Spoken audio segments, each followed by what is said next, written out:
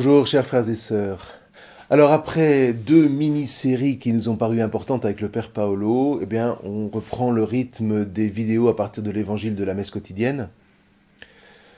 Alors, l'ensemble des épisodes évangéliques de la résurrection ont été entendus pendant ces 15 derniers jours, donc du coup, on revient à la vie publique de Jésus, non pas par retour en arrière, mais parce que quand une personne qu'on aime a disparu à notre regard, la nature humaine a cette richesse prodigieuse de pouvoir faire mémoire. Vous voyez, on pourrait se dire qu'il ne reste que la mémoire après que quelqu'un ait disparu. Mais ça, c'est le rôle de l'ingrat. Vous voyez, aucun animal n'a une telle capacité. À part une rémanence de quelques heures, voire de quelques jours, aucun animal ne sait proprement faire mémoire. Alors ok, quand un chien perd son maître, sa présence lui manque, mais c'est un pur manque. Il n'y a pas de relecture possible de l'histoire avec lui, parce qu'un chien, un chat ou tout mammifère domestique ne vit que dans l'instant. Vous voyez, je ne sais pas si aujourd'hui on se rend encore compte de la richesse phénoménale que constitue notre capacité à faire mémoire. De pouvoir relire notre histoire, non pas de manière mélancolique. La mélancolie, ça ne sert pas à grand chose, si ce n'est à tenter de survivre, éveillé dans des rêves qui virent rapidement au cauchemar. Donc, non pas de manière mélancolique, mais de manière méthodique. Qu'est-ce que tel ou tel épisode vécu avec celui ou celle que j'aime m'a appris? Et là, vous voyez, je ne vous parle pas simplement des époux, je vous parle des amis, des parents, des enfants, que sais-je. Qu'est-ce que ce que nous avons partagé m'a appris et surtout comment est-ce que je vais pouvoir le raconter? Comment est-ce que je vais pouvoir le transmettre? Et à qui? On en revient toujours là.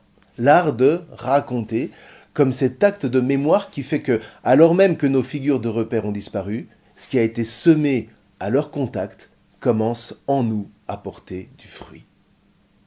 Vous voyez, il y a une expérience que j'ai vécue, alors je vous l'ai peut-être déjà racontée, mais je l'ai vécue plusieurs fois dans ma vie de prêtre, et elle reste gravée en moi comme de ces moments les plus marquants de mon expérience personnelle. Assister à la mort d'un proche, d'un frère ou d'une sœur en Christ, entouré de sa famille. Alors bien sûr, il y a les larmes et la tristesse qui sont légitimes, mais il y a surtout, dans le millième de milliseconde qui suit le dernier souffle, un réflexe de mémoire qui s'éveille instantanément. Où on s'aperçoit que le défunt vit en nous, en quelque sorte. Alors non pas au sens où on se rassurerait en disant « il n'est pas mort puisqu'il vit en moi ». Ça, laissez-le au film de série B. C'est au sens où ce qui est vivant, c'est ce qui rend vivant. Ce n'est pas ce qui profite de la vie, mais ce qui répand la vie autour de soi. Quand on rencontre quelqu'un dont on se dit qu'il est vraiment vivant, c'est pour dire qu'il rayonne de vie, et qu'à son contact, on se sent soi-même vivant. Bien, vous voyez, quand Jésus disparaît aux yeux de ses disciples, comme on le célébrera à l'Ascension, qu'est-ce qui va leur faire dire qu'il est vivant? Qu'est-ce qui leur fait reconnaître qu'il est vivant? Simplement le fait de savoir qu'il s'est retiré au ciel auprès du Père dont il était descendu? La belle affaire. Ok, il est vivant au sens où il s'est effectivement relevé d'entre les morts, mais s'il ne s'agit que de ça, mais nous sommes les plus à plaindre de tous les hommes de la terre. Ça me concerne en quoi que Jésus soit ressuscité? Ça me promet que je ressusciterai à mon tour, sans doute. Mais c'est pas ça la foi. C'est pas ça la vie. La foi, c'est de ressentir au plus intime de notre chair que Jésus, mort et ressuscité, nous rend vivants aujourd'hui. Et il nous rend vivants parce que par lui, notre mémoire est en constant travail pour nous faire pleinement habiter notre présent et nous garder, quoi qu'il arrive, quels que soient nos confinements, dans l'espérance. Et là, tout devient lumineux. Qu'est-ce qui fait que l'Évangile est une parole vivante? Mais c'est qu'en l'écoutant, elle touche notre mémoire et qu'elle nous rend plus vivants à l'intérieur de nous-mêmes et nous rend plus vivants à l'extérieur pour pouvoir nous donner à notre tour comme Jésus nous l'a enseigné. Qu'est-ce qui fait qu'on parle du pain de la messe comme d'un pain vivant? simplement parce qu'il représente le Christ encore présent au milieu de nous?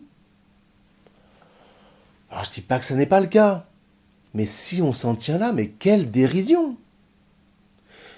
Et ma foi, nos jeunes n'en ont pas grand-chose à faire. Ça sert à quoi de croire que Jésus est présent dans le pain consacré?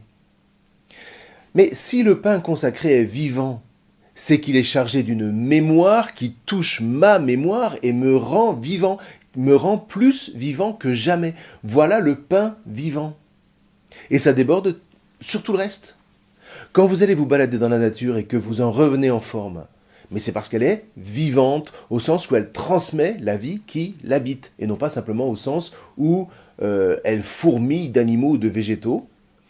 C'est au sens où vous respirez à plein poumon, vous vous sentez revivre, non pas comme un bien-être de l'instant, mais parce que cette nature touche notre mémoire. Et je ne sais pas si vous avez remarqué, mais quand vous vous baladez, vous pensez mieux, vous chantez, vous partagez avec ceux qui marchent avec vous, vous racontez des histoires.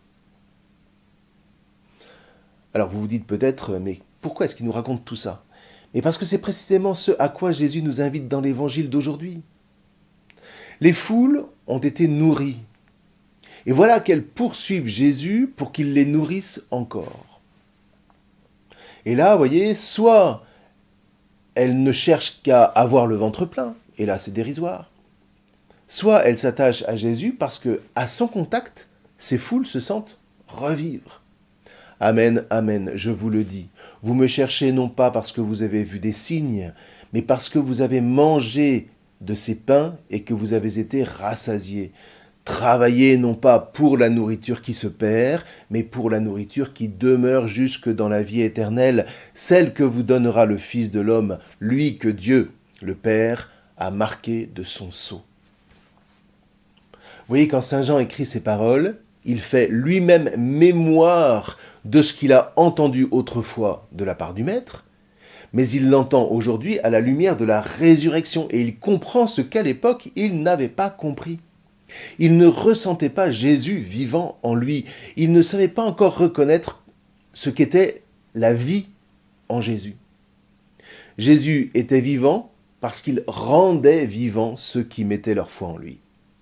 Et après sa résurrection, Jean fait mémoire de cet épisode, entre autres, qu'il relit dans une nouvelle lumière. Il comprend que Jésus n'était pas vivant, il est vivant, parce qu'il continue aujourd'hui encore à travailler en ses disciples grâce à leur mémoire qu'il nourrit à travers l'Eucharistie et son évangile. Et cette nourriture-là reste en nous à chaque instant, ancrée en nous pour toujours. Voilà cette fameuse nourriture qui demeure pour la vie éternelle. Et n'oubliez pas ce que disait le père Zundel à l'époque. Ne cherchez pas à savoir s'il y a une vie éternelle après la mort, cherchez à savoir si vous êtes vivant aujourd'hui. Parce que si vous êtes pleinement vivant en Christ aujourd'hui, alors vous êtes vivant déjà pour la vie éternelle. Gloire à Dieu, Christ est ressuscité. Alléluia.